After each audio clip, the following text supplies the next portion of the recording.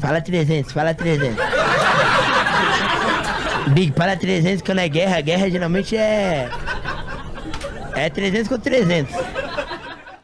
Nós marchamos da estimada Lacônia, da sagrada Esparta. Nós marchamos em nome da honra, em nome da glória. Nós marchamos. Porque no livro do qual esse filme é baseado... Gente, o que nos faz gostar de adaptações? Contar um pouquinho mais sobre quem a gente é, mas com perguntas inocentes, porém nem tanto. É muito importante que a gente fale sobre coisas que a gente realmente gosta. Você está ouvindo o Perdidos na Estante.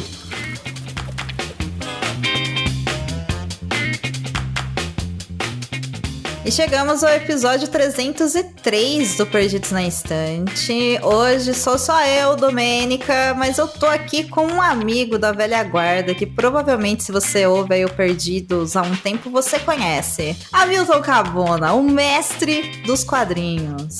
Saudações quadrinísticas, pessoal, e tô aqui hoje pra falar de gibi, mas não sei se vai ser positivo. Será? Olha, esse tema, Cabona, quando eu pensei, ele era especial pro episódio 300, que me deu a louca. Eu falei, vamos fazer. Só que a gente já tinha um tema definido. Aí depois eu falei, deixa quieto. Eu vou segurar um pouquinho. Aí nós gravamos 2 episódios depois. Um sobre Matéria Escura, que é uma série da Apple TV, que deu muito o que falar. A Mandinha pistolou bastante naquele episódio, tá muito maravilhoso. E aí a gente foi pra um clássico, que foi o Patricinhas de Beverly Hills, da semana passada. Eu falei, agora eu tô pronta pra falar de 300, entendeu? Agora estou preparada, que estou no uniforme, entendeu? Para isso. E aí, Cabuna, eu chamei você que entende de quadrinhos, entendeu? Porque esse episódio não dá pra fazer sem alguém que não entende de quadrinhos, já que pouca gente sabe, mas o filme 300, sim, aquele Raul, This is Sparta, um monte de gente pelada, né? Tudo tanquinho, um monte de sangue estilizado, uma loucura, é baseado em quadrinhos, não é não, Cabuna? Exatamente, é o quadrinho do senhor Frank Miller, publicado na Dark Horse, ali mais ou menos metade dos anos 90, e que vai inspirar a obra do Zack Snyder, doravante, Zack Splinter, a fazer aquela bobagem que ele fez lá, assim, um bando de homens musculosos besuntados de óleo. Uns sinais bem interessantes, né? Eu fico me perguntando se o Zack Splinter sabe o que tá fazendo. A resposta é não, mas eu só tô levantando uma dúvida. Ou se ele queria, vou fazer aqui uma coisa meio homerótica, assim, soft, pra deixar a galera alvoroçada. Ele conseguiu, né? Porque os homens adoram aquilo, né? O que você mais via na época era coach, usando aquelas bobagens do filme pra, sei lá, vender alguma coisa. Uma das coisas que o 300 fala muito, né? Aliás, o filme não fala sobre isso, mas está lá no texto do filme, né? Essa erotização, né? Ao macho alfa, né? A sua masculinidade, somos brutos, somos fortes, somos espartanos, né? Então, assim, pra mim, o 300 é quase como uma evolução do Clube da Luta, entendeu? Não à toa ele é usado de uma maneira muito errada, né? Por grupos incel e etc e tal, né? Mas isso faz parte da nossa discussão, Cabona. Antes da gente mergulhar nisso, fala pro pessoal aí que não te ouve há tanto tempo, onde que eles te encontram nas internets da vida? Então, galera, eu tô aí meio afastado da podosfera por motivos de mudança, mas eu tô lá com quadrinhos narrativas, inclusive gravei 2 episódios com uma galera pra gente falar do melhor coisa do último século, que foi X-Men 97. Sabia. Não tem nem discussão, né? Já podemos acabar com a internet, com a animação, com tudo, com o cinema, porque a história já foi contada. Tá ali, X-Men 97. Perfeito. E em breve, aí, em setembro, a gente retorna com o quadro narrativo. Então, quem quiser me ouvir, eu tô lá no Turno Livre, né? O hub de podcasts, com o podcast Quadrinhos e Narrativas. E talvez em setembro eu comece a fazer alguma coisa no TikTok com uma ideia de lendo os colegas. Que a ideia é pegar 1 ou 2 quadrinhos por semana de autores e autoras nacionais e fazer uma breve resenha pra gente tá aí, né? Falando sobre quadrinhos nacionais. A gente uma produção tão grande, né? Tão rica e que é legal a gente tá divulgando de alguma maneira. Até porque eu também trabalho com isso, né? Eu sou pesquisador da área e tal. Eu acabo também me divulgando de forma indireta. Ah, show de bola. Eu gostei dessa ideia, Cabuna. Gostei muito dessa ideia. Tamo junto. Torcendo muito pra dar certo. Eu gosto muito. A gente tem que divulgar o que é nosso mesmo, porque tem muito artista bom brasileiro e a gente não fica sabendo, né? Muito nichado. Sim, quadrinho já é nichado. Quadrinho brasileiro é o nicho do nicho. Muito bem, mas a internet tá aí justamente pra gente falar dessas coisas, por isso que é tão importante, pessoal, que tá ouvindo a gente, que vocês, enquanto consumidores, né, das redes sociais, do que a gente produz, o podcast, o TikTok, ou qualquer outra rede social, qualquer outra plataforma de distribuição de conteúdo, que vocês utilizem também o que a gente produz e espalhem pra outras pessoas. Porque assim, elas vão ficar sabendo que essas coisas existem, vão conhecer o nosso trabalho, claro, mas também vão saber, né, que esses filmes, esses quadrinhos, enfim, todo esse movimento acontece, porque é muito difícil trabalhar com comunicação e com arte no Brasil, né? Hoje tá um pouco mais fácil do que no governo passado, mas continua ainda muito difícil. Enquanto o Cabuna não chega com o TikTok novo dele, não volta com quadrinhos e narrativas, eu vou lembrar vocês que o Perdidos na Estante tem um Instagram, que é o Perdidos na Estante Pod, onde além de estar divulgando os episódios lá semanais, eu também estou divulgando lançamentos de séries e filmes que são adaptação, então ele é uma ótima forma de você ficar sabendo o que tá rolando nos streamings e nos cinemas, sem precisar ficar caçando por forma de notícias e tudo mais. Então segue a gente, por favor, clica na notificação, porque o algoritmo derruba a gente fácil, a gente é uma rede pequenininha ali, então muitas vezes não chega pra vocês, é só clicar lá no notificações que vocês ficam sabendo. E o Perdidos na Estante tá aí em qualquer plataforma de podcast, e se você nos ouve no Spotify, principalmente, agora dá pra você deixar comentário, e aí eu e a Amanda vamos lá responder os seus comentários e também vamos responder aqui. Pra fechar, só lembrar vocês que meu Instagram é domenica.mendes, no Blue Sky é domenicamendes.com. E Cabuna, aqui no Perdidos a gente tem assim uma mania de sair beijando os outros, sabe? Porque a gente gosta de beijar. Então a gente vai pro momento do beijo agora.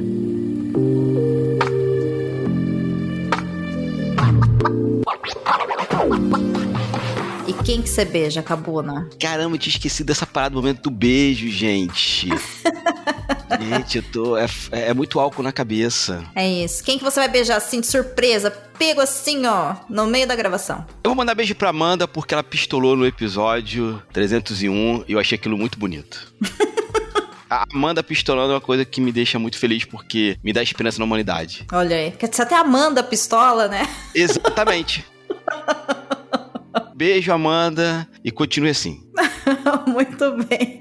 E o meu beijo vai lá pro Maicon, que eu comentei, se eu não me engano, foi no podcast do Matéria Escura, eu acho, que ele tem um podcast chamado O Prof é Pop. E sobre o episódio 300, ele acabou indicando pra gente um outro filme chamado Eu Sou o Número 4. Ele falou, olha, é um filme legal, tem uma série de livros legal. E eu virei e falei pra ele, massa, nunca ouvi falar. Então é isso, Michael. Valeu pela indicação. Pode ser uma indicação aí pra nossa audiência também. Um beijo pra você, Michael. Te curto pra caramba e bora continuar fazendo podcast.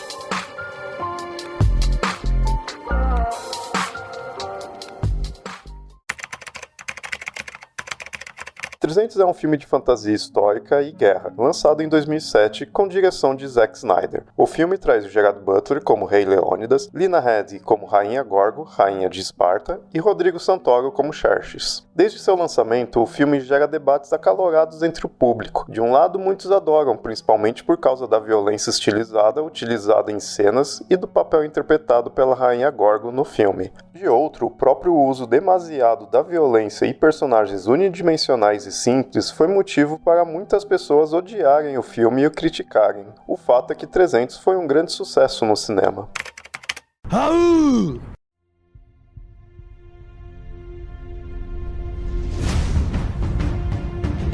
Cabuna, você quer nos dar a honra de apresentar ou lembrar para a nossa audiência sobre o que é a história 300? Para quem ainda tá perdido, você consegue dar uma sinopse? O nome do quadrinho é 300. Durante a exibição botaram ali um Esparta, para alguém saber de onde estava vindo. O filme é baseado no quadrinho do quadrinista Frank Miller, que vai contar de forma extremamente romanceada a batalha de Termópilas entre os 300 soldados da Guarda Imperial do rei espartano contra 1 milhão de soldados persas do rei Xerxes, que queria invadir a Grécia naquele momento. 1 milhão de soldados do Xerxes, que é o deus rei persa, e o Leônidas é o rei de Esparta, e que tem sua tropa de 300 homens que eles vão ali segurar o exército invasor. Mas, gente, tudo isso é romanceado. Se vocês pegarem a história de verdade, vai ver que nada daquilo aconteceu assim, tá? É só um quadrinho razoável e um filme muito ruim. É uma forma de resumir bem. O filme, pelo menos agora, tá, gente? Em 2024, quando esse episódio tá saindo, ele tá disponível na Amazon Prime. Minto, gente, não tá na Amazon Prime, não. Está no Max. Quem tem o Amazon Prime tem que assinar o Max através da Amazon Prime pra assistir. E tendo dito isso, como é um filme de 2016, já tem quase aí 10 anos, esse episódio vai ter, sim, alguns spoilers, que a gente vai acabar comentando sobre cenas e coisas assim, então estejam avisados, tá? Que pode rolar um spoiler, embora é história, né, oficial, e de história não existe muito spoiler, né, gente? Existem fatos históricos, romanceados. O filme de 2006. 2006, não é nem 2016. Gente do céu. Olha, quase 20 anos. Eu tô em negação. Não pode ser quase 20 anos. Eu tô em negação. Te entendo. É porque em 2016, o Zack Splinter lançou outro filme ruim que consegue ser pior que Espartas, que foi Batman vs Superman. Bom, a gente não vai entrar nessa conversa, amigo. A gente não vai entrar nessa conversa. A gente não vai porque é um caminho sem fim. Mas voltando lá para os espartanos, né? Tem uma coisa que eu achei bem interessante que você falou, porque a gente tem alguns dados históricos para apresentar para a audiência sobre essa história. Então eu vou fazer aqui um pequeno resuminho, né, de como que tudo isso aconteceu, só para situar melhor o ouvinte, para poder também comparar com a história verdadeira, né? Como o Cabuna disse, isso é uma história romanceada, isso é uma obra artística, gente. Ele pega um fato histórico que é quase um fato mitológico, pela forma também como ele foi registrado inicialmente. Uhum. E ele, né, coloca isso num quadrinho, o Frank Miller, e depois o Zack Snyder vai lá e faz esse filme que tem, enfim, mil questões que a gente vai debater, né? Eu tentando puxar um pouco pro lado positivo e o Cabuna descendo a lenha, porque é o que a gente faz aqui. Por que a gente quer enganar, não é mesmo? Mas o fato histórico é que houve essa batalha do Termópilas, ali mais ou menos no ano de 480 a.C., então esses dados foram contados principalmente através de história oral, né? E aí o cara que contou essa grande lenda desse exército de 300 homens espartanos que resistiram à invasão persa, né, ao estrangeiro e tudo mais, foi o historiador grego Heródoto. E ele deu assim uma aumentadinha, né, na história quando ele foi contar isso, até para tornar um pouco mais interessante o que estava acontecendo. E inclusive dentro da própria história, aqui falando como historiadora, a gente tem muito o uso daquele lembrete, né, daquele ditado popular que é o povo aumenta, mas um inventa, sabe? Quando a gente fala principalmente de história oral, é isso que acontece, né? Porque a gente envolve emoção e tudo mais. Então ele deu uma aumentada na coisa. O Cabuna já deu ali um bom resumo, né, do que estava acontecendo. Tava acontecendo esse avanço, né, do povo persa ali na região ali da Ásia. E o que acontece? Conforme eles iam vencendo os outros povos, eles iam agregando aqueles povos ao seu próprio exército, né? O Xerxes, no caso, esse líder aí. E aí tem um fato interessante que é, escravo não gosta, né, de ser escravo, obviamente. Então, esses guerreiros de Xerxes, embora eles fossem de diversas etnias e povos diferentes, eles não tinham um preparo militar muito bom, que é totalmente o contrário do que acontecia em Esparta, que sim, gente, Esparta, lembrem-se das aulas de história lá da 5ª série, 6ª série, ou 6º ano, 7º ano agora, quando a gente estuda um pouquinho desse período, eles eram um povo muito militarizado, completamente voltado para essa cultura de daremos a nossa vida né, para a nossa terra, para o nosso povo. Esse realmente era o caráter dele. Eu até... Claro que aqui é anacrônico falar isso, mas eles tinham uma pegada, assim, bem ariana, sabe? No sentido mesmo de nazista, assim, né? Eles identificavam o outro como inferior e eles eram os melhores guerreiros daquele lugar, né? Tirando anacronismo, era isso. Uma cidade bem estéril e a um passo do nazismo mesmo. Assim. É, claro que não existia o nazismo naquela época, né? Mas só pra gente conseguir entender como é que eles pensavam, porque eles têm esse lance super militar. Então, os filhos de Esparta, se eles não fossem perfeitos, né? Altos, musculosos, super fortes, ou eles nascessem com algum tipo de deficiência, algum tipo de doença, eles eram realmente descartados, né? Eles eram mortos até virem crianças mais saudáveis que poderiam servir a Esparta. E obviamente que ali mulheres também não tinham lá muito poder, né? A única função da mulher naquela sociedade era de procriação, que era do ventre dela que viriam esses heróis. Então eles tinham uma ideia muito de guerreiros heróicos, né? Vamos colocar dessa maneira para facilitar o entendimento. E o que acontece na história oficial é que quando o exército de Xerxes, formado aí por esses vários povos, povos tá expandindo ali o seu controle, e sim, Xerxes se achava, né, uma espécie de deus, né, e não apenas um homem, ele acaba chegando até Esparta, e Esparta, não só sozinho, mas junto com outras cidades gregas, se unem para tentar barrar o avanço do exército de Xerxes. E eu tô falando isso e destacando por quê? Porque na adaptação da história, né, oficial, para o quadrinho, para o filme, dá essa impressão que o Leônidas foi lá sozinho, enfrentar todo mundo, encontrou uma galera no meio do caminho. Não foi bem isso, gente. Isso é a versão que tá sendo contada pelos espartanos do herói deles, né, do rei deles, do grande messias deles. E o Leônidas se junta lá com esses outros guerreiros e eles vão até Termópilas, onde tinha um desfiladeiro. E eles, através ali da estratégia, né, de guerra mesmo, eles conseguem segurar o avanço do exército de Xerxes, né, várias e várias demandas dele, né, vários e vários povos que ele manda por 3 dias. Então é uma batalha realmente muito curta, né, se a gente for parar pra pensar em tempo.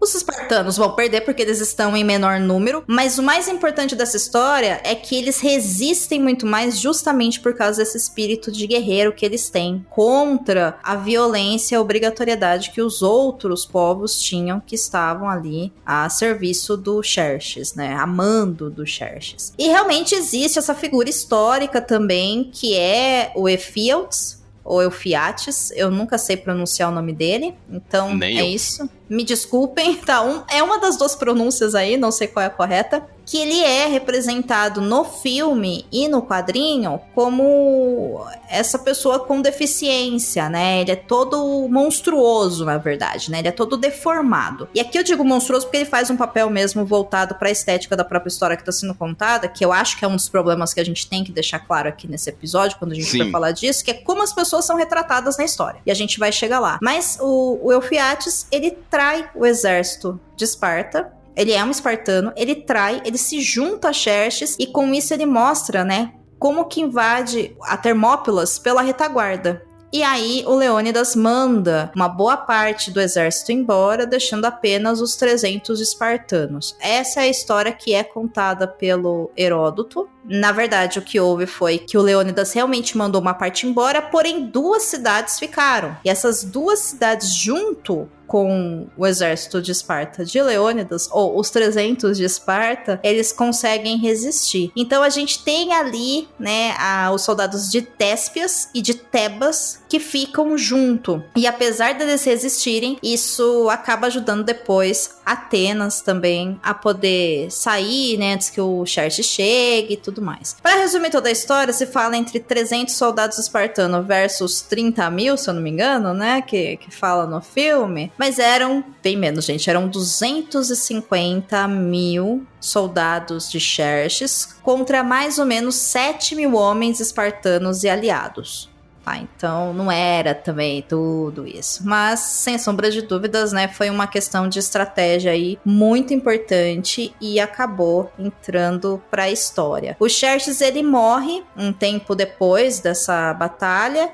Quando ele volta para Pérsia, ele acaba sendo assassinado lá. E o Eufyates também, apesar da traição, não recebe a recompensa. A cabeça dele é colocada a prêmio. E no ano seguinte, ele acaba fugindo para Trácia, que é onde ele é assassinado. Então, assim, a história oficial não é tão legal quanto, né, a forma como é contado, né, desse ato heróico. E eu acho que, enfim, a lógica da brincadeira da arte é justamente a gente poder pegar, né, fatos históricos e colocar uma mensagem. O problema é a mensagem que tá sendo contada, né? E o que o pessoal tá entendendo disso. É aí que eu quero chegar com esse episódio, entendeu, Cabona? E é por isso que eu trouxe você, né? E aí eu acho que a gente pode começar, e eu queria muito ouvir você, porque você é especialista em quadrinhos aqui. Cara, o que você me diz sobre o quadrinho enquanto um profissional da área? Porque eu li e assim, eu devo te confessar uma coisa, até comentei com o Baço, né? Eu não tenho conhecimento técnico pra quando eu leio um quadrinho, é um ritmo de leitura diferente, né? Quadrinhos é diferente de você ler romance, né? Tanto que as imagens são fundamentais pra você entender e tudo mais. Eu acho a estética do quadrinho lindo. Linda, linda, linda, linda, tá? Eu acho ele muito bonito. Mas assim, ó, eu não sei, tá? Se eu teria entendido essa história contada nos quadrinhos sem conhecer a Batalha de Termópilas ou sem ter assistido o filme antes. Ah, você foi o caminho contrário, né? Você viu o filme e depois foi pro quadrinho. Isso. Eu acho o quadrinho lindo, imageticamente falando. Eu já conheço o Frank Miller há muitos anos, né? Desde a época que fazia Demolidor, que saíra pela Abril Jovem lá nos anos 80. Eu fui crescendo, né? E acompanhando a carreira dele em paralelo. Esse trabalho dele, o Frank Miller já tava meio bitolado das ideias naquele momento, mas eu acho que ele tem um desenho muito bom, uma composição de página, um designer maravilhoso. E naquele momento a Lynn Varley era a esposa dele, né? Eles se separaram, acho que uns 4 ou 5 anos depois. Eu gosto muito da palheta de cor que ela escolheu, porque tem aquele tom terroso, mas tem muito vermelho nas páginas, e quando tem que botar uma coisa de drama, ela bota muito rosto, então fica uma coisa muito bonita. Dito isso, aquele quadro tem 2 versões. Quando ele saiu a primeira vez, 93, eu acho, 94, ele já queria fazer no formato widescreen. A Dark Horse que falou que não. Falou, não vai sair assim, vocês estão malucos, isso vai ficar muito caro. Ele e o diagramador do quadrinho tiveram que refazer as páginas para fazer no formato americano tradicional. Passou o tempo, o filme surge e vende horrores o quadrinho já tava fora de circulação, já tinha uns 10 anos praticamente, fez grana, o Frank Miller falou assim, não, agora eu vou bancar e fazer o formato que a gente conhece hoje pela Devir, né, que é aquele formato widescreen. É a versão que o pessoal mais tem, né, eu tenho a primeira, que saiu pela Abril Jovem na época, em 96, eu tenho ela separada, uma minissérie de 5 edições no formato americano. E eu acho que a tua questão, você vai dizer, será que eu entenderia? Eu acredito que sim. Você entenderia que era uma história de porradaria de um rei mítico. Eu acho que naquele momento que o quadrinho sai, pouquíssimas pessoas sabem do contexto histórico, ou se sabem, assim, aquela coisa que você viu na escola pra fazer uma prova e meter o pé, não revisitou mais aquilo, que não era um mito tão forte, pelo menos assim, na minha época de estudante eu não me lembro, eu só fui conhecer quando eu vi mesmo o quadrinho, lá nos anos 90. Mas eu acredito que você ia entender sim o quadrinho, você não ia ter os detalhes por trás de saber que é uma história verídica, que vai ser uma forma de união ali do que vai ser conhecida como a Grécia. Ele me parece mais uma fábula, e ele é uma fábula realmente, nem parece, ele é uma fábula baseada num fato histórico muito passando assim que o Miller usa, mas eu acho que ele daria pra passar sim. Lógico, depois você vê o filme, fica muito mais fácil pra entender a história, né? Eu não sei nem se é só a história, eu acho que o filme, ele traz mais à tona algumas coisas que talvez no quadrinho não fique tão às claras, assim, como por exemplo, essa postura de quem é o Leônidas, a postura de quem é o Xerxes, a importância de você ser espartano e você guerrear, sabe? Eu acho que o filme, justamente por ser mais expandido, e aí ele tem muitas e muitas falas, né? Porque o quadrinho, uma coisa que me chamou a atenção é que ele não tem muita fala. Ele tem muito desenho, mas ele tem pouco balão de fala. Então, é aí que me pega, entendeu? Porque, de novo, é uma linguagem que eu não tô muito habituada. E aí, provavelmente, eu ia ler e falar, tá bom, é um bando de homem brigando com um bando de homem, sabe? E eu não ia entender, né? Pô, não, olha, são espartanos, isso é importante pra aquele povo, né? Embora, claro, gente, assim, sendo justa também, esse episódio começa com um trecho que eu tirei do quadrinho. E eles falam, né? Nós marchamos pela honra, nós marchamos pela glória, nós marchamos, enfim, lá. Tá, mas marcha aí, cara, sabe? Tipo, tá tão distante de mim, sabe? Que eu... Sim. Eu fiquei pensando muito nisso, e eu reconheço aqui que é uma falha minha de caráter, justamente porque eu acho que eu não sou uma leitora muito ávida, né, de quadrinhos. Então, é uma linguagem que a gente tem que aprender a ler também. Não é simplesmente peguei e, entendi tudo. Não é assim, né? Você tem que se familiarizar com o negócio, né? Gente, quadrinho é uma outra forma de leitura. A gente fala assim, eu leio romance, leio o quadrinho. Não é. O quadrinho você tá lendo ao mesmo tempo o texto, seja ele qual for. Você tá lendo o texto do balão, que é uma fala. Aí tem um texto quadrado que é o narrador. Isso é tranquilo. Aí vem a onomatopeia. A onomatopeia tem um desenho que, dependendo do desenho, passa um som com muitas aspas diferentes. Aí você tem a leitura da imagem, a leitura da cor, a leitura da linha, a leitura do designer de página. Gente, é leitura de expressão corporal. É muita coisa que você tá lendo ao mesmo tempo para decodificar uma história. E é esse problema que a gente tem no Brasil, né? Não só no Brasil, mas em outras partes do mundo. Ter a alfabetização imagética, mesmo a ilustração, o cinema, uma série de coisas, e a alfabetização de quadrinhos. Porque é outra forma de leitura mesmo, assim, um pouquinho mais densa. E eu acho que tem um ponto importante aí, Cabuna, que você não citou, mas que me toca na sua fala, que é, não dá pra você sentar e ler um quadrinho em 15 minutos. Entendeu? Pelo contrário, assim, se você quiser realmente ler ele direito, você vai demorar tanto quanto um romance de 200 páginas. Exatamente. O quadrinho pode ter 90 páginas. É como se você estivesse lendo um romance de 200 páginas, justamente por causa disso tudo que você falou. E te cansa tanto quanto. Poxa, cansa muito. Cansa muito, porque é muita informação pro cérebro entender. Eu gosto muito, assim, dos quadrinhos que eu gosto de revisitá-los de tempos em tempos, porque, claro, um, que eu vou aprendendo a ler melhor, e dois, é que eu vou tendo mais ferramentas também de vida pra conseguir ver mais coisa lá. Então, é um processo mesmo de aprendizado de leitura, é uma alfabetização. Eu acho que você matou a pau quando você fala isso, né? A gente não é alfabetizado nisso. E não é todo mundo que tem facilidade pra ler isso, porque, enfim, né? Não tem como a gente saber, né? Se a gente nunca foi ensinado a fazer, né? Exatamente. Não é simples. Pega aí, senta e lê. Aí, lógico, eu como era criança, eu tinha incentivo com meus pais, mas meu pai não tinha ferramentas pedagógicas pra me ensinar. Ele disse, ó, senta aqui e vamos ler comigo. Com o tempo, crescendo, sendo alfabetizado nessa linguagem, hoje pra mim é suave, mas eu super entendo isso. E eu concordo contigo. Você vai lendo e vai se aprimorando, mas é tão puxado quanto ler um romance aí de 200, 300 páginas. E tem uma coisa que vou deixar aqui o alerta. Eu sei que tem muitos quadrinhos que eles podem ser lidos no Kindle. Eu gosto muito de consumir coisas no Kindle. Só que quadrinho é uma coisa que não dá pra você consumir no Kindle, gente. Porque o Kindle, ele é preto e branco. E a experiência das cores são importantes para os quadrinhos. Sim. E aí não dá pra você ler, entendeu? Ai, lógico que dá. Dá, mas você não tá tendo toda a experiência, né? Mas enfim, eu te perguntei dessa questão da estética, Cabuna, porque eu acho que o quadrinho, ele é muito bonito. Eu amo também as cores utilizadas.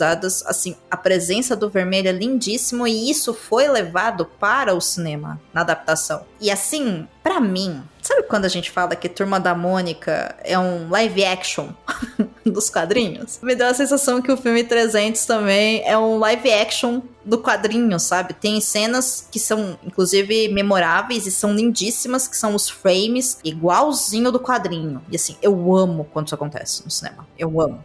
No cinema, no TV show, sabe? Na série. Assim, eu amo. Eu acho a estética do filme 300 muito bonita, sabe? O uso de cores, a fotografia, né? Ele é todo estilizado, tem aquele sangue, né? Que vai devagarinho. Realmente parece que tá pintando na tela pra você, né? A velocidade muda, né? Ele fica em slow motion pra você poder mergulhar naquilo. Então, eu acho muito bonito o filme, esteticamente falando. Assim como o quadrinho, esteticamente falando, ele é muito bonito. Exatamente. Mas o Zack Splitter teve a vantagem porque, assim, vamos lá, o Zack Splitter é um diretor muito limitado. Ele veio de videoclipe, de televisão, pra não dizer estúpido. E ele deu uma puta sorte porque, gente, ele simplesmente pegou o quadrinho do Frank Miller, que já tinha toda uma experiência. O Frank Miller, como é que ele vai surgir no quadrinho, né, estadunidense? Ele vai pegar Demolidor tava falindo na época, o gibi, e ele entra pra desenhar. Ele vai substituir, não me lembro quem era o desenhista, mas ele substituiu o cara, e ele traz muita da narrativa visual do cinema, e se inspirava muito num cara chamado Will Eisner, criador do Spirit. Não à toa que o Miller depois vai tentar adaptar o personagem Spirit pro cinema, e sai outra coisa horrorosa. O Will Eisner era um cara que tava no teatro. O pai dele trabalhava com teatro, com desenho de cenário. Então, o Will Eisner pega essa coisa do teatro, coloca nos quadrinhos. O Frank Miller olha aquilo e vai um pouquinho mais além e coloca o cinema e pega a estética do mangá. Ele surge nesse caldeirão aí de influências e vai fazer Demolidor. O maluco explode. Aí você pega o Batman Cavaleiro das Trevas, que foi o trabalho dele. O primeiro trabalho dele com a esposa dele, que é a colorista desse quadrinho, a Lynn Varley. Quando ele chega no 300, ele tá praticamente fazendo um storyboard gigantesco. Não que fosse a intenção dele, mas ele tava fazendo uma coisa muito cinematográfica. O Zack Splitter, ele só teve o trabalho de ligar a câmera. Só isso. Tanto que a paleta de cores, os frames, a composição, toda é do filme. E que é muito engraçado isso. Tudo que funciona no filme vem do quadrinho. Tudo que é do Zack Splitter é ruim. Dá pra ver isso claramente. Você fala, cara, isso aqui ele botou o dedo. Ele não soube como lidar com isso. Aí ele sai colocando, mas ele vai o filme depois, sabe? E ele vai pegar aquela coisa do slow motion, né? Que depois vira a marca registrada do diretor. Tudo é slow motion. A pessoa vai pegar um copo d'água na torneira, você vê a água caindo em câmera lenta. Tudo feito com um iPhone, né? É, com iPhone. Aí toca aquela música aleluia, horrorosa. Pra dar um tom épico. Aí tu, putz, cara, pra quê, irmão? Pra quê? Conta história. Embora eu acho que o slow motion nesse filme acho que combina, sabe, Cabuna? Muito, porque como tem aquelas planos sequência enormes, no quadrinho você fica embasbacado admirando aquelas cores da Varley, o desenho do Frank Miller. O que eu tenho que fazer? Eu tenho que dar a mesma sensação. Slow motion, eu deixo o público, muitas aspas, parado, embasbacado com aquilo, com aquela coisa devagar pra admirar cada detalhe. Ok, funcionou. O problema é que ele vai repetir isso, o Zack Splinter, ad infinito, né? Sim, funcionou pro 300. Exatamente. Funcionou pro filme 300, né? As outras obras dele é outra história, né? Putz, não dá, bicho, não dá.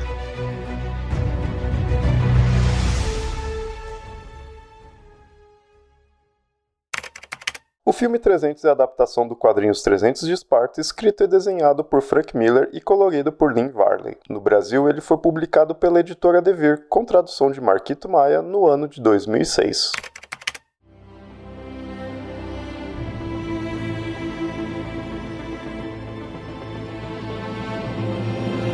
E eu acho que o filme, ele usa cores muito belas. Eu sei que eu já citei isso há pouco, mas eu realmente fico assim, apaixonada no quanto que o uso daquelas cores para o filme, somado com o slow motion, somado com o tanto de bravata que tem no filme. Gente, é um filme só de bravata e homem pelado, é uma beleza. Aí, eu não tô falando isso com ironia, eu tô falando do fundo do meu coração. Ele se torna um filme bonito de se ver. Ele enche os olhos, assim, visualmente ele é muito bonito. E aí ele cai, né, por uma coisa muito épica, porque é uma fantasia histórica. E aí, fantasia eu tô dizendo no sentido mesmo de super fantasioso, sabe? Claramente aquilo é um quadrinho se mexendo, sabe? Vamos dizer assim, né? Um live action quase. Só que o mesmo motivo pelo qual a gente tá elogiando aqui também tem o seu lado que muitas pessoas não gostam, que tem toda essa cultura, né? Pro lado super masculino, militarizado, violência até não poder mais. Nossa, e violência nos diálogos, uma coisa que me irrita no quadrinho, gente, eu li novamente pra gente gravar, que o filme, eu falei, não, acho que eu amo a dor, mas tem um limite, ver o filme já... Tudo bem, amigo, eu não tenho nada com relação ao filme. Mas tem aquela coisa assim de a defesa da Grécia, e porque nós somos os últimos sebastiões da liberdade vindo do Oriente. Maluco, é um orientalismo, preconceito com o diferente, e a gente tá gravando em pleno 2024, onde todos esses preconceitos com povos árabes, só a gente vê o que tá acontecendo, a chacina em Gaza, uma série de coisas. E assim, como esse quadrinho, em termos de história, ou melhor, de subtexto, foi piorando. Gente... o Miller já tava meio maluco ali, né? Já tava ficando meio xenofóbico. E o 300 é o start da parada. Porque a violência não era só gráfica, né? Porque assim, uma violência de uma guerra a gente até compreende. É errado, mas a gente dá pra compreender. Mas é o subtexto. A forma que os espartanos lidam com as pessoas... assim, nós somos os picas e todo mundo é lixo. Inclusive quem tá na Grécia é lixo também. Porque nós somos muito, sei lá, nós somos filhos de Apolo. Acho que eles são filhos de Apolo, se eu não me engano. De Hércules. De Hércules, isso. E, gente... me incomoda muito, muito. Esse discurso de que nós somos a defesa da razão. Que razão, meu amigo? Vocês estão malucos. Ninguém tinha uma camisa pra dar pra aqueles meninos. Sabe? E assim, no gibi fala assim, um espartano não pode mostrar amor pela sua mulher porque isso é uma fraqueza. Ai, meu Deus do céu, um bando de incel, é isso que estamos falando? Sim, acaba sendo uma obra que hoje é muito valorizada pelos incel justamente por causa disso, né? É um culto ao corpo masculino, à imagem do masculino, o homem que é treinado e humilhado pra sentir dor e não pode demonstrar porque a força dele é resistir à dor física, à dor psicológica. E eu olhando e falando, meu irmão, se vocês tivessem noção. Mas enfim, eu acho que o filme também, ele envelhece mal nesse sentido. Porque, o filme é de 2006. E assim, eu assisti ele em 2006, mais ou menos quando ele saiu. E obviamente que eu não tinha as ferramentas que eu tenho hoje, né, de conhecimento e consciência. E me incomodava como os outros, né, eram retratados. Os persas eram retratados. Ou mesmo os gregos, porque os gregos, eles só são homens mais fracos. Então eles são mais baixos, eles têm corpos que não são tão musculosos. Mas eles claramente fica assim, na cara que eles são mais fracos que os espartanos. Agora, os persas, eles são mostrados ali como os outros, os outsiders, aquilo que deve ser destruído. E aí são pessoas negras, são pessoas asiáticas, são pessoas com deficiência, são pessoas monstruosas e tem uma pegada, assim, do exótico, né? Então tem cenas, sei lá, de mulheres dançando, sabe umas coisas que você olha e fala... Que é isso, gente? O que tá acontecendo, assim, sabe? A cena em si é bonita de ver. É por isso que é uma maluquice o filme, porque, assim, as cores são bonitas. São. A maquiagem tá bem feita? Muito bem feita. Mas isso deveria estar lá? Não. Sabe? É isso, né? O uso errado das tecnologias, sabe? Ou não daquela forma, né? Botasse um tom mais respeitoso. Tudo bem que o Frank Miller respeitou nada. Mas se eu vou adaptar, galera, vamos dar um passo pra trás. E, novamente, é que o Zack Splinter, ele é um cara que ele vê a obra e não entende o que tá fazendo. Como eu falei, ele é um cara extremamente limitado. Cara, ele poderia ter ido pra outros caminhos, assim, ou ter algum amigo, falar assim, mano, para que tá feio. Vamos conversar, senta aqui, não dá um abraço. Por que você falou assim, que veio do Oriente? E isso, o gibi é bem claro nisso, né? Toda hora tá tocando essa tecla. Ah, vocês vêm de lá, do Oriente, não sei da onde, da terra de bárbaros. Ele trouxe animais, seres animalescos pra lutar contra a gente, era só um pobre do elefante. E outra coisa que me incomoda, assim, aí é do Zack Splinter. Isso nasce com 300, porque veio do Frank Miller, mas o Zack Splinter leva isso pra frente. Todo vilão, vamos lá, começar, em 300. O Xerxes, que é feito pelo Rodrigo Santoro, é extremamente afeminado. Sim. Ele não é bem afeminado, ele é afetado, né? Isso, perfeito. Na verdade. Perfeito. E é isso, assim, logo ele é afetado, logo ele não é nem homem. Tanto que isso toda hora no filme é falado, assim, e no quadrinho também. Aqueles maricas dos atenienses, sempre colocando o homem, comparando ele com uma mulher, logo ele é um ser menor. E que é um absurdo isso, assim. Novamente, o quadrinho fala isso? Beleza, eu tô adaptando. Meu irmão, você tá aqui, adaptação baseada no livro, pronto, eu posso mudar completamente o discurso. Se ele fala assim, os atenienses não são tão fortes quanto nós espartanos. É babaca? É, mas passa. Agora, a homofobia, o machismo, nossa, cara, me irritava num nível, assim. E o Zack Splinter vai levando isso. Vocês param pra pegar, logo depois você conhece o Watchmen dele, tem um personagem lá, o Ozymandias, extremamente afetado. Se vocês pegam pra ver o Homem de Aço, o Superman, o Zod, extremamente afetado. Ele não é só machista e homofóbico, né? Ele é racista também. Ele é eugenista. Exatamente. É um filme muito eugenista, muito racista, muito homofóbico. E assim, ele é tão homofóbico que não tem nada. As únicas cenas que tem são cenas de relação sexual, mas elas são extremamente ou objetificando a mulher ou violentando mulheres. E aí você fica... Assim, essa parte do machismo é uma coisa que a gente tem que falar, porque assim, tem uma cena que tá tanto no quadrinho quanto que tá no filme, e ela me causa muito, muito desconforto. E assim, é a maldita da cultura do estupro, que é quando o Leônidas vai até os Éforos, que são os sacerdotes dos antigos deuses, pra apresentar o plano deles. Você já lembrou, né? Lembro, aham. E aí eles têm que falar que eles têm que consultar o oráculo, e o oráculo é uma mulher lindíssima, que, de novo, é o problema do filme, né? A cena do oráculo lá, né, recebendo a mensagem dos deuses, é uma cena que a mulher fez na água. É uma cena visualmente lindíssima. Lindíssima cena. É de encher os olhos você ver a cena. Na sequência, é falado que os Éforos escolhiam a mulher mais bonita de Esparta e que eles eram, né, monstruosos e tinham a alma... porque aí a gente tem que ser racista também.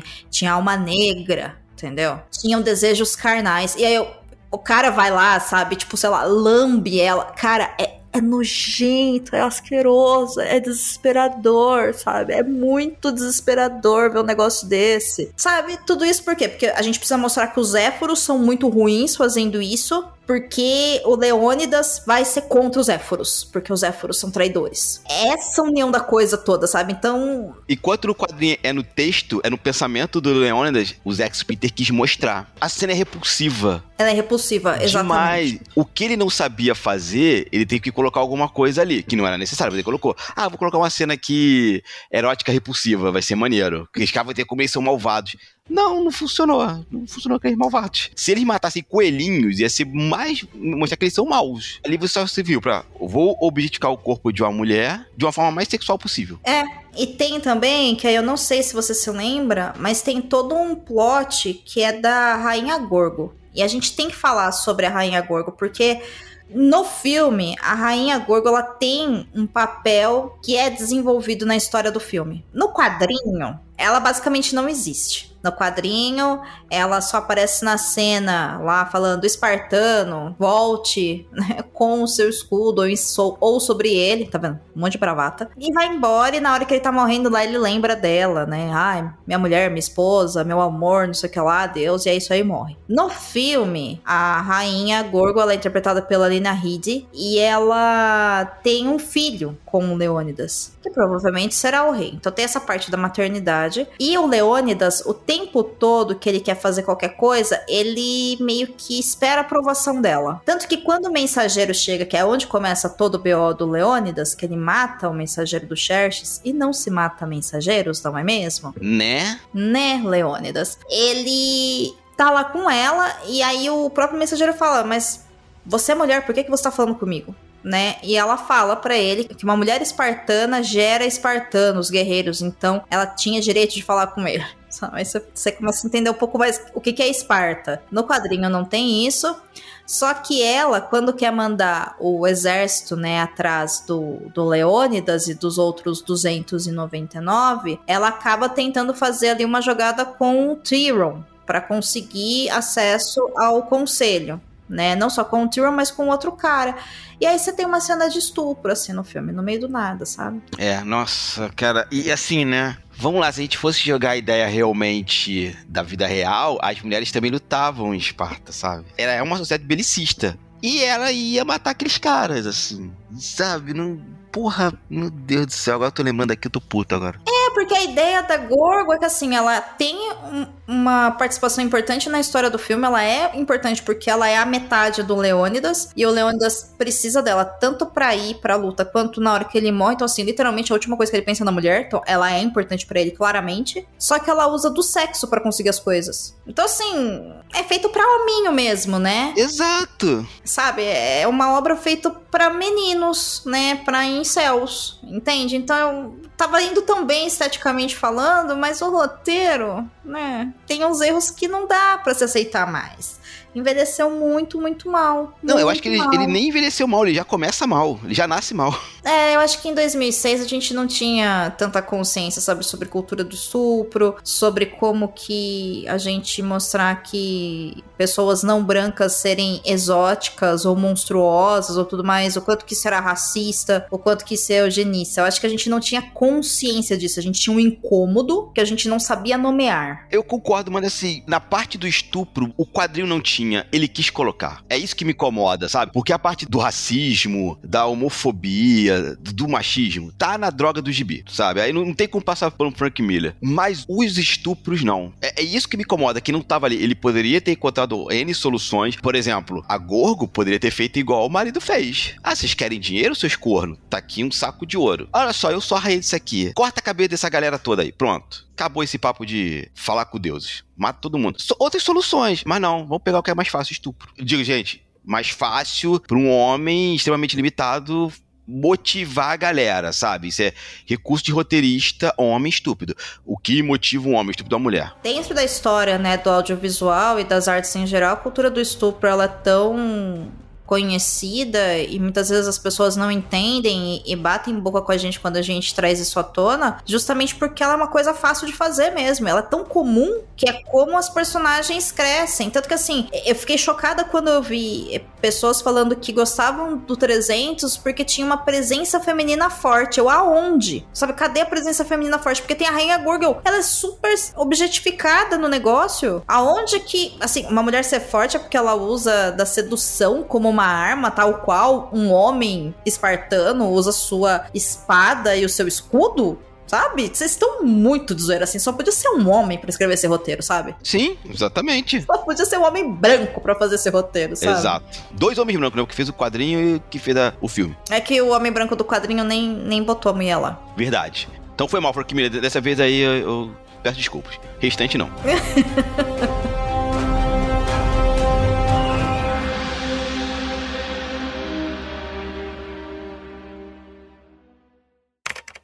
300 impactou uma geração de telespectadores e virou referência de fala para muitas pessoas. Em situações diante de uma decisão onde é necessário mostrar força, é muito comum as pessoas ainda dizerem "This is Sparta!".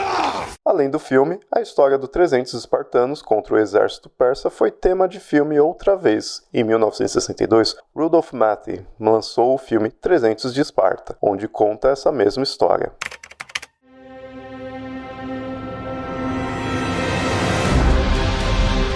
Eu não sei, eu acho que a grande pergunta desse episódio, Cabuna, e é uma pergunta capciosa, é se o filme adapta bem os quadrinhos. E eu vou te dizer que eu acho que sim. Eu concordo, ele adapta bem pra burro. Porque foi o que eu falei lá atrás. Já tava pronto. O idiota do Splinter só teve que ligar a câmera. Ele ligar a câmera, fazer todo mundo ficar com um corpo mega besuntado de óleo pra ter uma coisa meio homerótico ali, e que é muito engraçado, né? Você falou lá atrás de se as pessoas soubessem o que rolava na sociedade grega, a limitação do Zack Splitter é tão grande, ele não entendeu que quando ele vai fazer um ódio à masculinidade e besunta todo mundo de óleo, ele realmente tá fazendo ódio à masculinidade grega, sabe? No sentido bíblico da coisa. Porque é aquilo, gente, os caras se relacionavam entre si, a mulher era só para a reprodução. E o filme tem muito dessa pegada, mas eu acredito que seja muito inconsciente do Zack Splitter, sabe? Assim, não, o homem tem que ser extremamente forte, viril, gostoso, besuntado. A mesma coisa ele vai fazer com o Henry Cavill no Homem de Aço, na Liga da Justiça. O Henry Cavill, o cara todo trincado,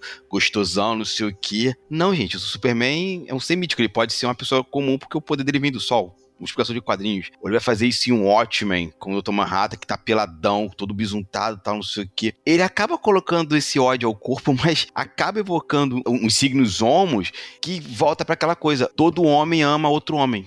Então, o que não é um problema, mas assim, eu tô trazendo isso à tona porque o problema não é ser homoerótico ou homoatraente. Não é esse o problema. O problema é que ele cria isso em personagens que são extremamente machistas e super heterotop. É esse que é o problema, entendeu? E que volta aquilo. O homem gosta disso. Diga assim, de forma geral, a nossa cultura machista gosta disso. De se relacionar com homens extremamente gostosos, heterotops, assim. O que não tá nesse padrão, tá errado. Vira coisa de Esparta. Um pouquinho inferior, tem uma barriguinha. Ah, não, você não é homem de verdade. Você não é um homem pra se relacionar com outro homem. Nesse sentido de apreciação. Exatamente. Que eu quero dizer. E 300 é muito isso. Mas te respondendo, o filme adapta muito bem o quadrinho. Eu acho que até bem demais, assim, sabe? E, novamente, todas as partes que estão extremamente ruins do filme é a colocação do Zack Splitter. Ele não soube o que fazer. Ele falou assim, eu tenho que colocar cena de estupro aqui, vai ser maneiro. Ah, eu tenho que colocar um Chest extremamente afetado, o máximo que eu puder. E uma coisa que me passou pela cabeça do que você tava falando, né, que esse ódio ao corpo masculino e que no filme não é colocado relações homoafetivas entre os personagens. Aí tem uma coisa que é interessante, né, tem uma cena específica que eles estão no meio de uma das batalhas, das inúmeras batalhas, e é uma cena lindíssima, e aí tem lindíssima, porque assim, as coreografias desse filme são um espetáculo. São um espetáculo, assim, é lindo, gente, olha, 10 de 10, não tenho o que reclamar, o coreógrafo está muito de parabéns. Mas quando eles estão lá lutando, tem um dos personagens cuja legenda do filme ele chega e fala assim, eu vou olhar a sua retaguarda. E o cara tá na frente e fala assim, agora não, porque eu estou ocupado. E ele vai lutar. Só que assim, eu tava assistindo, eu li a legenda e eu ouvi o que ele disse em inglês. E aí olha, não foi bem isso que ele disse. Não foi bem olhar essa retaguarda nesse sentido bélico, militar que ele quis dizer, não. Sabe, essa foi a única cena que eu olhei e falei, eu acho que talvez a gente consiga entender aí, né, através dessa possível relação entre esses dois personagens, sabe? Ou, agora veio na minha cabeça, assim, ou foi uma piada de quinta série entre dois garotos. Que tem muito isso. Eu tenho o seguinte problema. Depois que eu pego o ranço de uma coisa, de uma pessoa, já era. Eu só vou ver defeito. Eu não consigo ver o Zack Splitter tendo uma sofisticação pra colocar esse... Como é que eu posso dizer? Não é piada, mas colocar esse piscadela de olho pra plateia. sabe? Eu acho que ele quis colocar uma piada de homens. Tem essa coisa, eu não sei nem fazer mais essas piadas, de graças a Deus, mas a coisa assim de... essas piadas homos pra menosprezar o outro homem, sabe? Eu consigo ver o Zack Splinter fazendo isso. Eu acho que ele quis colocar isso. Novamente, uma frase homossexual, mas no sentido de menosprezar. Posso estar falando uma grande bobagem, assim, mas é aquilo. Vida a experiência que eu tenho com esse cara, de acompanhar o trabalho dele, eu não consigo ver a sofisticação. Eu acho que tá ali no subtexto, né? E aí vai depender, talvez, da possível visão que você tenha, né? Exato. Ou da boa vontade que eu tenho que ter com o cara também, né? Sabe? Eu reconheço, gente, tô falando sério, eu não gosto do trabalho do cara, abomino totalmente, inclusive abomino a pessoa dele, pela filosofia que ele tem, que é completamente oposta à minha, e eu tomei ranço. Então, assim, ele pode ter feito isso intencionalmente? Pode. Eu vou dar o benefício da dúvida? Não.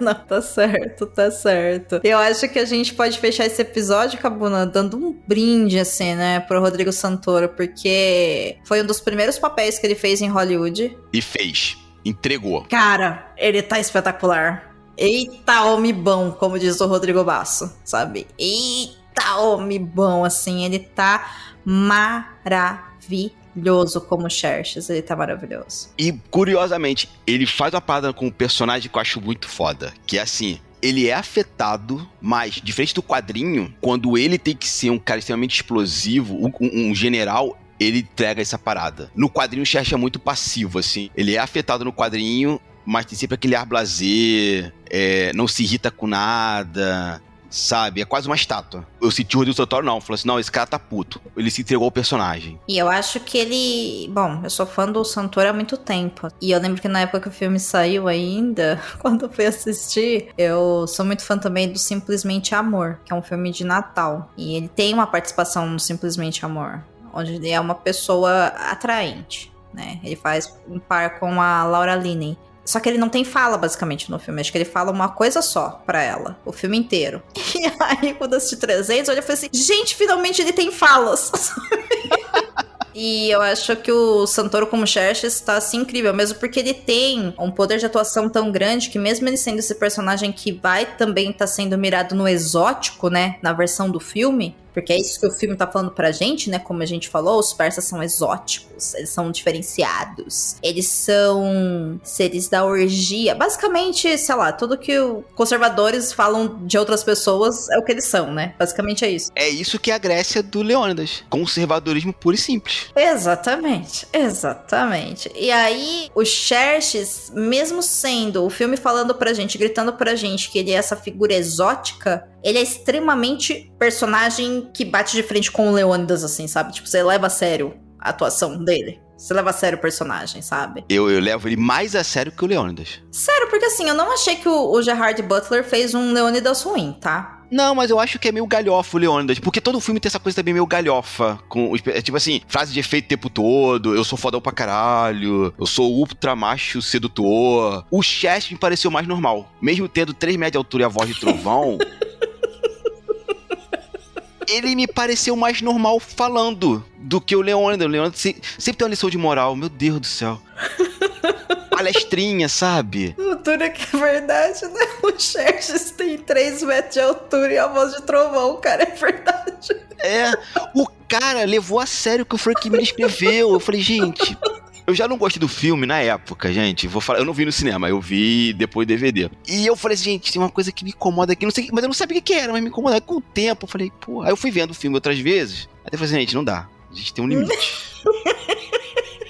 Que ele levou a sério, cara. Eu falei, meu irmão, isso aqui é uma metáfora textual. Ele é grande. Tudo bem, ele podia ser alto, mais alto que o Leônidas, tudo bem, ter 2 metros de altura, 2,10, não tem problema. Mas a voz de trovão... Não, assim, eu sei, a voz de trovão me incomoda, tanto que, assim, o Xerxes, ele é tão grande que em determinado momento do filme, eu não vou mentir, toda vez que eu assisto, eu imagino ele subindo no elefante, cavalgando o elefante, tá ligado? Porque ele é muito grande. Ele é muito grande, sim. E mesmo assim, ele me parece um personagem mais plausível do que o Leônidas. Eu acho o Leônidas um personagem muito simples, assim, ele não tem camada, né? Ele é só aquilo lá mesmo, ele só grita. Exato, ele é aquilo. Eu nem entendo pelo que ele tá lutando, sabe? Eu nem entendo. Eu quero defender Esparta. Tá, qual a motivação? Defender Esparta. Porque nós somos foda, tá. que mais? Se ele fala assim, não, estou defendendo porque eu amo minha família, meus amigos. Ele não tem, ele só quer minha porrada. O Chester eu entendo, eu sou um conquistador. Beleza, quero conquistar as coisas. Ótimo, consegui entender tua motivação. O Leônidas não tem assim... Porque assim, se eles são treinados pra não amar nada, por que eu vou sair pra defender alguma coisa que eu não tenho identificação? Pô, Cabuna, mas aí você também tá muito zoeira, né? Essa pergunta é retórica, né? Não sei, é retórica. Eu acho que sim, amiga. Pô, militar é treinado pra só servir ao próprio militar, ao próprio militarismo, ao próprio exército, ao próprio território. Perfeito. Então aí, beleza, eu consigo comprar essa justificativa. Beleza, retiro o que eu falei, você tá certo. É a defesa ao militarismo. Os espartanos, eles acham que eles são descendentes de Hércules, e aí o filme também é muito focado no Leônidas, o quadrinho também. E aí tem uma diferença boa também de maturidade dos personagens, porque no quadrinho se passam 40 anos, né, do período que o Leônidas enfrentou lá o lobo, que ele era uma criança, tal, e volta. No filme são 30 anos. E assim, gente, 10 anos é anos pra caramba, sabe? Ainda mais, né, antes de Cristo. Antes de Cristo é tempo pra caramba. E se a gente for pensar também em questão de experiência militar e de batalha, também, né? 10 anos de experiência é ano pra caramba. E a história, na verdade, é sobre o Leônidas, né? Que volta a enfrentar de novo, né? De uma maneira estratégica. No fundo, é sobre estratégia, o 300. É como que um grupo pequeno de soldados que estavam alinhados e tinham essa pegada militar, de companheirismo, de fidelidade, sobreviveram a muitos outros soldados, a exércitos muito mais numerosos, apesar deles serem extremamente agressivos e também conquistadores, né? Afinal de contas, o exército de Xerxes não chegou do tamanho que chegou se o Xerxes não soubesse o que ele estava fazendo, se ele não fosse agressivo. O cara sabia o que estava fazendo. E aí é que entra o lance de o que vale mais, né? Uma estratégia, uma técnica? Se você tenta batalhar com alguém que a coisa mais importante é a batalha, provavelmente você já está em desvantagem. Se você quer matar alguém que vai até a morte, que não tem mais nada a perder, você também está em desvantagem, né? O 300 é um filme sobre isso, na verdade, né? Uma história sobre isso, sobre como uma estratégia essas pessoas conseguiram chegar, né? E mudar tudo, porque de fato, o Leônidas morre, os 300 morrem. A Esparta inteira, junto com a Grécia inteira,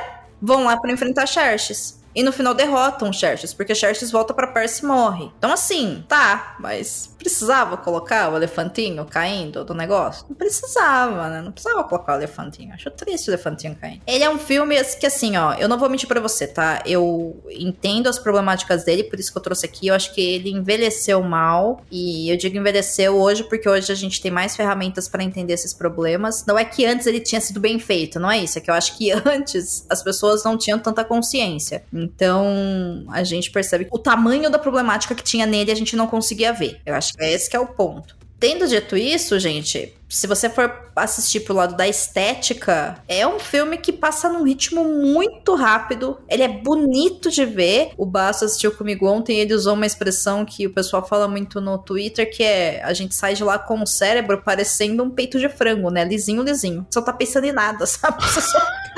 Eu vou usar isso pra minha vida agora. Não é? Você sai de lá assim, ó, pensando em nada. É igual jogar GTA. Sabe? Você sai de lá sem pensar em nada. E parte da função da arte é isso mesmo, né? É a gente poder utilizar esse espaço que é artificial para poder expressar as coisas. De novo, o problema é o que o Snyder junto com o Frank Miller tá expressando pra mim. Agora, eu assistindo, pô, é lindíssimo o filme. O visual dele é muito bonito. Mas, novamente, eu acho que é mais crédito do Frank Miller e da Lynn Varley do que do Zack Splinter. Tudo bem, vamos lá, dá o braço a torcer. A coreografia das batalhas é fantástica. Mas a paleta de cor, composição, ritmo das cenas, aí é o quadrinho que já estava pronto, tá? Mas eu concordo. Você tendo as ferramentas, entendendo as problemáticas e discutindo elas, a gente pode ver muita coisa. E até gostar de muitas coisas, assim. Só que é aquilo, gente. Eu gosto disso, mas, pô, tem tantos problemas. Eu não compactuo com isso e tal. Beleza, ou você abre mão. Pô, hoje em dia eu não consigo mais ver nada do Zack Snyder. E tá tudo bem. E tem outros diretores que eu gosto, que é o Christopher Nolan, que se tornou uma das pessoas mais pendantes da história. Tô começando a ter ranço do trabalho do cara. Adoro o Cavaleiro das Trevas, a trilogia. Até hoje, consigo ver todos os erros do filme. Christopher Nolan só faz filme sobre homem branco sofrendo, homem branco de 40 anos sofrendo por uma mulher e matando essa mulher em algum momento. É o trabalho do Nolan. Todos os filmes, praticamente. Você vê que eu não vi ainda esse último, a propaganda da bomba, né? Ah, Oppenheimer? A gente tem um episódio aqui no Perdido sobre Oppenheimer. E olha, Oppenheimer pra mim foi... Assim, ele é um filme bom, porque ele tá te levando pra um lado, depois você entende que é outra coisa. Por outro lado, tem uma passação de pano tentando mostrar que o pobre do moço criou a bomba e pagou pelo preço, que eu olho e falo, espero que tenha pagado mesmo, espero que tenha sofrido muito em vida, entendeu?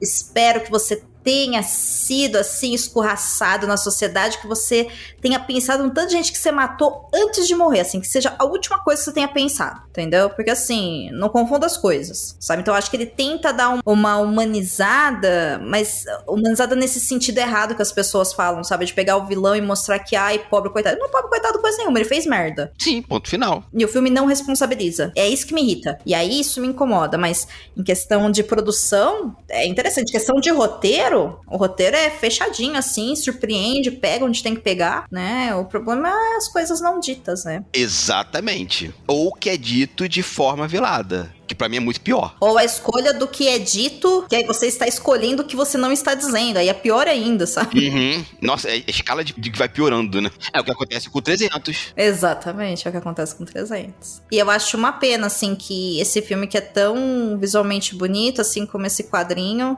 seja utilizado de uma maneira tão errada hoje, sabe? Por esses grupos incel, mas, gente, aquilo é um ódio ao masculino, sabe? Não tem como não ser outra coisa. É isso. E aí também não dá pra você esperar outra coisa, né? E ao conservadorismo. E ao conservadorismo, exatamente. Que anda de mãozinha dada com o machismo nosso de cada dia, né? BFF, eles dois. Bom, Cabuna, foi muito bom reassistir 300. E eu não sei se você já viu, meu amigo, o stand-up do Thiago Ventura, que ele fala sobre o 300. Não, vou ver. Vou te mandar o link e também deixarei aqui, gente, o link com imagens do filme 300, que aí virou uma espécie de uma redublagem que o Thiago Ventura fez lá no Clube do Minhoca em São Paulo. E assim, é simplesmente maravilhoso. É uma das coisas mais engraçadas que eu já vi na minha vida. E assim, eu queria ter como passar pra vocês esse vídeo com essas imagens no final desse programa, mas não tem como. Tendo dito isso, eu vou deixar o link na postagem, vou mandar pro Cabuna poder assistir também. E pra mim, o resumo do 300, o que eu guardo no meu coração, fora as imagens bonitas e as coreografias belas, que é o que salva no filme, e Rodrigo Santoro,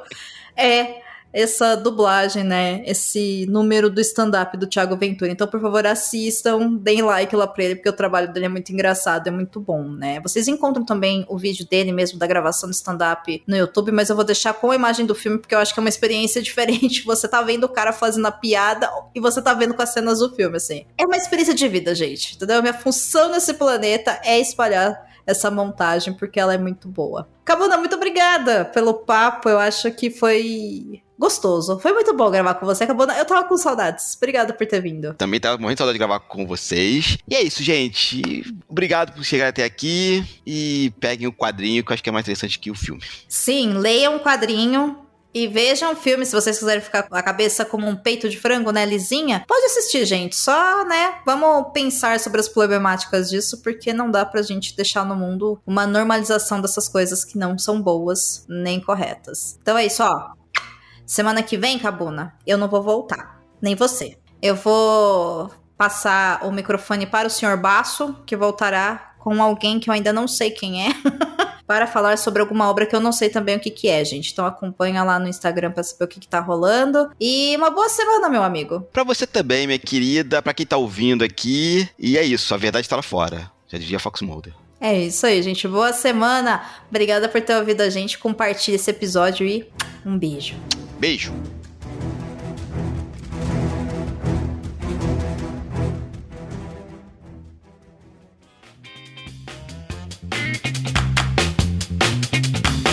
Você acaba de ouvir o podcast Perdidos na Estante. A apresentação foi de Domênica Mendes e Hamilton Cabuna. A pauta e produção são de Domênica Mendes. O assistente e edição são de Leonardo Tremesquim. A narradora da vinheta é a Jo Bonner e a montagem da vinheta é da Isso Aí Design. Neste episódio foram utilizados trechos dos quadrinhos Os 300 de Esparta, escrita e desenhada por Frank Miller em 1996, e trecho do stand-up de Thiago Ventura, chamado Thiago Ventura, Tigas e os 300 de Esparta, disponível no YouTube.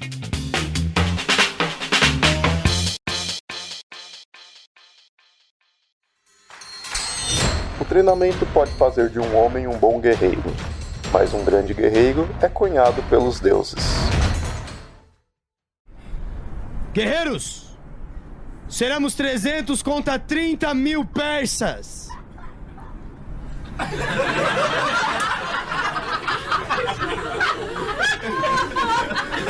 Olhando.